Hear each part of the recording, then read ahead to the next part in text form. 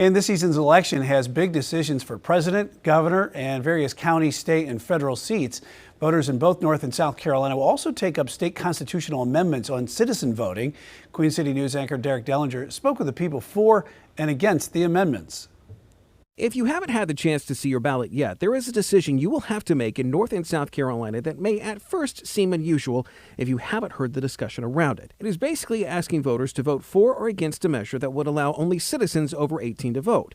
Yes, there is language already in the state constitution just for that. Some may see this as redundant, but those for and against it say it is anything but. This amendment, the way it's worded, creates doubt. They must be fair, they must be without fraud, and they must be only voted on by U.S. citizens. Tim Moore is the State House Speaker from Cleveland County who is running for Congress and one of the sponsors of the bill that put the referendum on the ballot.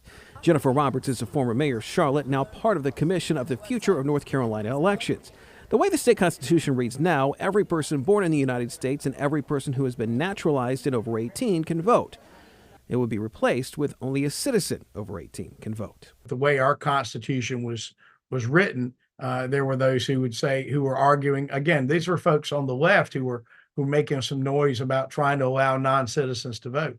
And we said, why don't we just make this clear? If you ask a lawyer, if you say citizen, does that include born in the United States and naturalized? They would say legally yes. However, it raises the question, could a future court interpret that differently? Chris Cooper is a political science professor at Western Carolina University. He says the political climate brought this amendment forth in the Carolinas and several other states. It reminds me actually of a constitutional amendment from just a few years ago. We had voted in the state of North Carolina about the constitutional right to hunt and fish.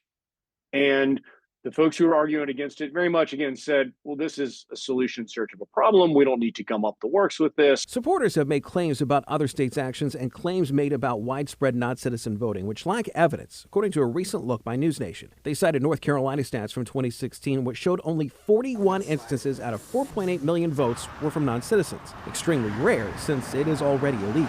We're seeing this throughout the country. It's just another example of how our politics are increasingly nationalized. Voters will ultimately decide whether or not to make it law. Roberts says voters need to take a closer look because of confusion. I've talked to people in the Latino community, and they truly believe that if this passes, naturalized citizens will not be able to vote.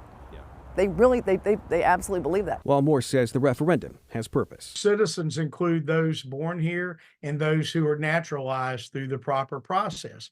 What citizens do not include are those who are here illegally. Both do say whatever the voters decide, the measure is not a do-nothing amendment. In Charlotte, Derek Dellinger, Queen City News.